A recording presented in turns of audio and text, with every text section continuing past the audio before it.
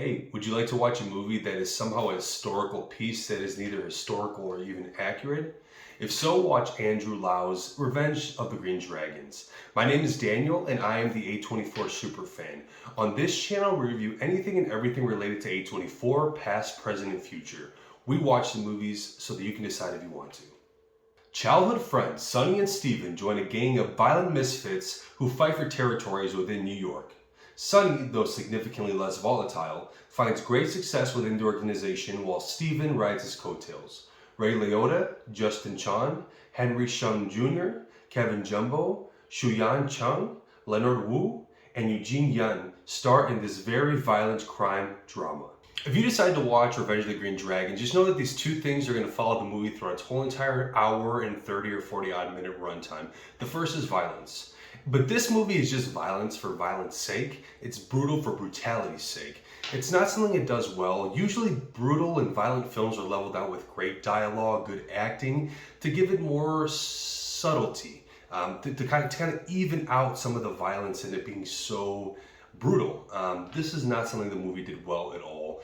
It didn't really know how to ride the line, and personally speaking, it really took away from the film a lot because it was just brutal out of nowhere.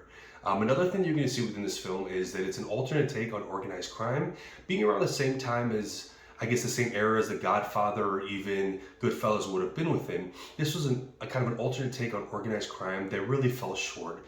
It didn't do well at trying to depict any type of organization within any type of organization.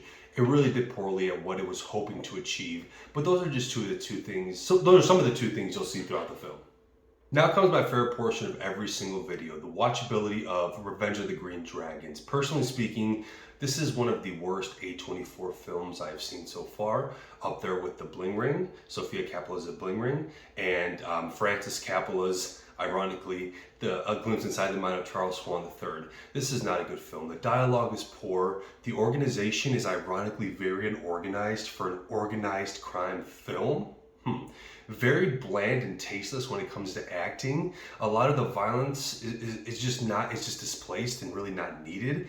The lack of character development is astounding. There's so many different characters in this film, and every single one of them is given like a 30-second snippet of who they are, and they expect you to have that resonate with you as the audience. The biggest name, Ray Liotta, for example, is given me 5 minutes of screen time. I don't know if they didn't have money to pay for him anymore, but it was just so unorganized and did not do anything well. In parts when acting needed to be subtle, it was extremely overacted. The dialogue was atrocious, and personally speaking, the ending of this film, I believe, was made to save the film, but it ended up just making it derivative of movies that came before it that were significantly better, like Goodfellas, for example. Anyway, thank you so much for taking time to watch this video. If you really want to watch Revenge of the Green Dragons, I say jump right in. I wouldn't recommend it. Today I'm going to send us off with Denzel Washington, or I guess the dagger from Tragedy of Macbeth, which has Denzel Washington. What I would pay to see Denzel do a couple more A24s.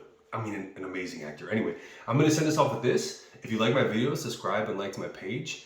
If you don't like my videos, I understand. I don't agree, but I understand. Have a great day, great night. Bye.